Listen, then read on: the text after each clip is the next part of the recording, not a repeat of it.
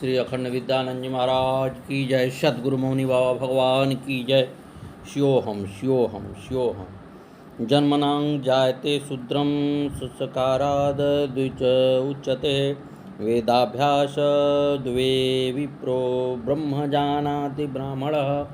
अतः जो वेदाभ्यासी है, वेदों के मर्म को समझ गया है, उसी की ब्रह्म प्राप्ति की वासना होती है। यही उसकी पात्रता है, जिसे प्राप्त करने वाला ही विप्र कहलाता है। ऐसे विप्रों को ही ईश्वर का अनुग्रह प्राप्त होता है, जिससे वह मृत्यु के भय से मुक्त होकर अद्वैत का अनुभव कर परमानंद की स्थिति होता है। सद्गुरुदेव भगवान की जय। श्री मौनी बाबा भगवान की जय। शंकराचार्य ने भी कहा है, जीवों में प्रथम तो नर जन्म ही दुर्लभ है, जिसमें भी पुरुषत्व और उसमें भी ब्राह्मणत्व का मिलना कठिन है। ब्राह्मण होने से भी वैदिक धर्म का अनुयायी होना और उसमें भी विद्वता का होना कठिन है। आत्मा और आत्मा का विवेक, सम्यक अनुभव, ब्राह्मणत्व भाव में स्थिति और मुक्ति के ये तो करोड़ों जन्मों में किए गए शुभ कर्मों के परिपाक के बिना प्राप्त हो नहीं सकती। भगवत कृपा ही उनकी प्राप्ति का कारण है। अज्ञानी, जिसे आत्मज्ञान नहीं हुआ है, को जीव तथा ब्रह्म में भिन्नता ज्ञात होती है। वह ईश्वर को जीवात्मा से भिन्न मानकर उनकी उपासना, वंदना, प्रार्थना, पूजा करता है तथा उसे प्रसन्न करके उससे इच्छित फल प्राप्ति की कामना करता है। किंतु जिसे यह ज्ञान हो गया है कि जीव और ब्रह्म एक ही चेतन सत्ता के दो रूप मात्र हैं, जो अभिन्न हैं, इनमें किसी प्रकार की भिन्नता है ही नहीं। आत्मा स्वयं परमात्मा स्वरूप ही है। यह संपूर्ण जगत तो मनुष्य को दिखाई दे रहा है, वह उस ब्रह्म से भिन्न नहीं बल्कि ब्रह्म से ही पूर्ण है। सारा ब्रह्म ही है, फिर कौन किसकी वंदना करे। वंदना तब की जाती है जब अज्ञान की अवस्था में मनुष्य अपने को उस ब्रह्म से भिन्न समझता है।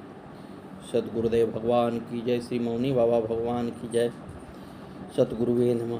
जिसमें वह ब्रह्म ही सर्वव्याप्त है, फिर कौन किसकी वंदना करे। फिर ब्रह्म और जीव में कोई भेद नहीं होता तथा वह निराकार है, स्वयं शिव स्वरूप है तथा नाश रहित है। यह आत्मा भी इसी गुण वाली है, फिर किसकी वंदना की जाए।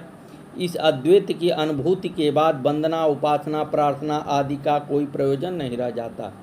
यही पूर्ण ज्ञान है, जिसके बाद जानने को कुछ भी शेष नहीं रहता। इसी प्रकार की साधनाएं ज्ञान प्राप्ति के लिए ही की जाती हैं। ज्ञान प्राप्ति के बाद सभी साधनाएं व्यर्थ हो जाती हैं। उन्हें छोड़कर ज्ञानी ब्रह्म में ही लीन रहते हैं। सद्गुरुदेव भगवान की जय। श्री मौनी बाबा भगवान नमो नमः। ब्रह्म की ही भांति आत्मा भी निर्दोष ही है। इसमें किसी प्रकार का मल अथवा विकार है ही नहीं। वह पूर्ण है तथा वह संपूर्ण विश्व, पांच भूत, पृथ्वी, जल, अग्नि, वायु, आकाश का समुदाय मात्र है, जो वास्तविक नहीं है बल्कि मृग तृष्णा के जल के समान मिथ्या है, जिससे किसी की प्यास बुझती नहीं। लोग हैं जो इन सांसारिक वस्तुओं के भोग में अपना सारा जीवन व्यतीत कर देते हैं, किंतु न इनसे उन्हें शांति मिलती है न आनंद, इसलिए यह मिथ्या है। एक ब्रह्म ही सत्य है, जिनके ज्ञान से मनुष्य को परमानंद की अनुभूति होती है तथा वह जीवन मरण के चक्र से सदा के लिए मुक्त हो जाता है। दत्तात्रेय जी को यह ज्ञान प्राप्त हुआ था। सद्गुरुदेव भगवान की जय। सद्गुरुवे नमः। आगे की कथा सुने।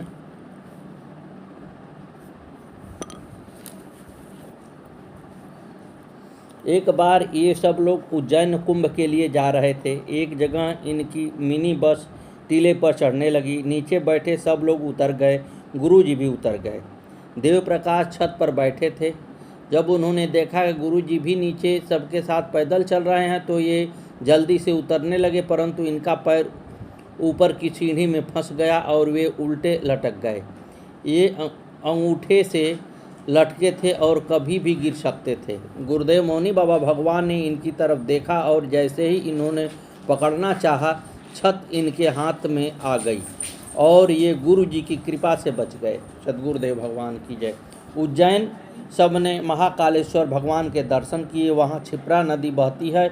वहाँ इन लोगों ने एक तालाब सा देखा जो नदी का पानी रोककर बनाया गया था। वहाँ काफ़ी भीड़ भाड़ थी। इन लोगों ने भी स्नान की आज्ञा मांगी तो गुरुजी बोले, अरे यहाँ ना, यहाँ माँ बहन नहाई हो। वे इन लोगों को लेकर आगे बढ़ गए। कुछ दूर क्षिप्रा के तट पर लाशें फूंक रही थी। वहाँ एक चिता पर दुबले पतले से महात्मा बैठे थे। इन लोगों को अजीब लगा, परंतु गुरुजी ने बताया कि यह अवघड़ हैं। गुरुदेव को देखकर वे महात्मा उठकर इनकी ओर भागे और उनके आगे हाथ जोड़कर खड़े हो गए।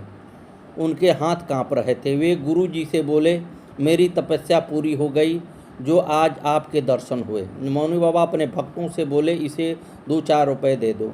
सभी भक्तों ने 2, 4, 5 करके रुपए इकट्ठे करके उन महात्मा को 15-20 रुपये दिए। देव प्रकाश को शंका हो आई, परंतु मौनी बाबा ने समझाया, ये भूखे प्यासे हैं, यहाँ कुछ भी खाने को नहीं है। जब ज़्यादा भूख लगती है तो ये लोग यहीं से पका गोश्त खा लेते हैं। फिर मौनी बाबा ने इन लोगों से कहा कि यहाँ स्नान कर लो। भक्तों ने देखा कि पानी पर तो मल तैर रहा है। गुरुजी से कहा, यहाँ तो गुरुजी सड़ा हुआ जल है। गुरुजी बोले, अरे असली क्षिप्रा तो यही हुई। उन्होंने फिर उस महात्मा से भी पूछा, महाराज असली क्षिप्रा कौन सी हुई? वे महात्मा बोले, महाराज असली क्षिप्रा तो यही हैं। फिर कोई नहाया गुरुदेव को स्मरण करके और कोई न नहाया। नहाया क्या था, डुबकी लगाकर भक्तगण बाहर आ गए। और यह मौनी बाबा भगवान की कौन सी लीला थी, यह तो वही जाने। एक बार गुरुदेव मौनी बाबा भगवान देव प्रकाश से बोले, अरे पठुरी चलो। देव प्रकाश और मौनी बाबा पैदल ही पठुरी की ओर चल पड़े। मौनी बाबा उस समय बेंत रखने लगे थे। वे बेंत हाथ में लेकर चल रहे थे। रास्ते में एक नाली मिली, उनमें बहुत सी काली घास हो रही थी। उस घास को देखकर गुरुजी कहने लगे, अरे 2 प्रकार की घास हुई। वेद प्रकाश बोले, हाँ गुरुजी 2 प्रकार की घास है। मौनी बाबा बोले, अरे सब चीज़ 2 तरह की हुई, सूरज, चाँद, पृथ्वी, आकाश, आदमी, औरत। उन्होंने इस काली घास पर अपना बेंत रख दिया और बोले, एक तो वही हुई हो परम पिता परमेश्वर अविनाशी, तो एक ही हुई जो सब में व्याप्त हुई, बाकी सब 2 हुई। देव प्रकाश कहते हैं कि एक बार पिपरी आश्रम पर गुरुजी ने उनको बताया, अरे सब पूर्व जन्म के संस्कार से मिली। अरे यहाँ जो बैठी हो कोई पूर्व जन्म के संस्कार हुई। सद्गुरुदेव भगवान की जय। एक बार जटपुरा पर गुरु भगवान ने देव प्रकाश से कहा, देव प्रकाश अब हमारी आरती बदल गई हो। देव प्रकाश बोले, अब कौन सी नई आरती आ गई? मौनी बाबा बोले, अरे वो तो आदि शंकराचार्य ने लिखी थी। उन्होंने देव प्रकाश को एक कागज़ दिया जिस पर साईं बाबा की आरती लिखी थी और कहा, अरे घी का दीपक न जलाई, तिल का तेल जलाई। इस प्रकार देव प्रकाश को अपने लिए साईं बाबा की आरती पढ़ने का निर्देश दिया। देव प्रकाश बताते हैं कि गुरु भगवान मौनी बाबा बड़े ही दयावान थे। एक बार जब बाबा खैरपुर में देव प्रकाश के घर ठहरे हुए थे, वहाँ एक बुढ़िया उनके दर्शन को आई। गुरु जी के कमरे में किवाड़ बंद थे, वह इंतजार में थी। जैसे ही मौनी बाबा उठे उस कमरे में पहुँच गई। गुरु जी उन्हें भगाने लगे, चला चला भागा। जितना ही गुरु जी भगाते हुए उतना ही गुरु जी के पैरों में को चले। इतनी हठीली थी कि गुरुदेव के चरणों में गिर गई। मौनी बाबा ने उनसे 2 घंटे बात की। ग्राम खैरपुर के निवासी देव प्रकाश की धर्मपत्नी अंजना ने बताया कि उन दिनों मौनी बाबा उनके घर ठहरे हुए थे। ये उनको नाश्ता करवाती और फिर दोपहर में भोजन लेकर जाती। इस बीच मौनी बाबा अपने कमरे में आराम किया करते तथा अंजना अपने गृह कार्य में व्यस्त हो जाती थी। उस दिन भी इन्होंने मौनी बाबा को नाश्ता कराया। वे चादर ओढ़कर कमरे में आराम कर रहे थे। यह अपने गृह कार्य में व्यस्त थी। दोपहर का भोजन तैयार करके यह देखने गई कि गुरुजी जाग रहे हों तो भोजन ले आएं। इन्होंने किवाड़ खोलकर जरा सी झांकी। गुरुजी सो रहे थे। वे पीली चादर से पूरे ढके हुए थे। वे वापस लौट गई, परंतु दिल न माना और एक बार फिर वे झांक कर देखने गई। इस बार जैसे ही इन्होंने किवाड़ खोला, गुरुजी एकदम से उठे और चादर उधाड़ी। अंजना ने देखा कि उनकी दोनों आंखों में मोटा मोटा काजल लगा हुआ था, जैसे कृष्ण भगवान की आंखों में लगा होता है। मौनी बाबा इन्हें देखे और अंजना उन्हें। वे कुछ न बोले और वे चुपचाप लौट ली। तब मौनी बाबा ने आवाज़ लगाई, अरे का हुई हो? ये वापस आई और कहा, गुरुजी खाने को पूछ रही थी। इस बार उनकी आंखों में काजल की रेख तक न थी। अंजना कहती हैं कि इस प्रकार मौनी बाबा ने उन्हें दिव्य दर्शन दिया अपने कृष्ण स्वरूप का।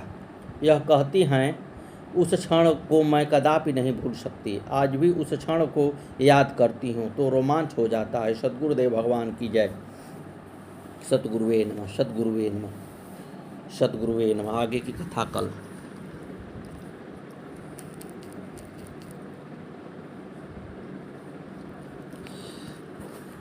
ग्राम खायपुर के पंडित रामनाथ शर्मा तथा उनकी पत्नी राकेश देवी मौनी बाबा भगवान के सपरिवार प्रिय शरणागत भक्त हैं। जब मौनी बाबा भगवान पिपरी आश्रम पर रह रहे थे तो राकेश देवी को उनका भोजन कराने की सेवा का अवसर प्राप्त हुआ, जिसे वे अपना बहुत बड़ा भाग्य मानती हैं।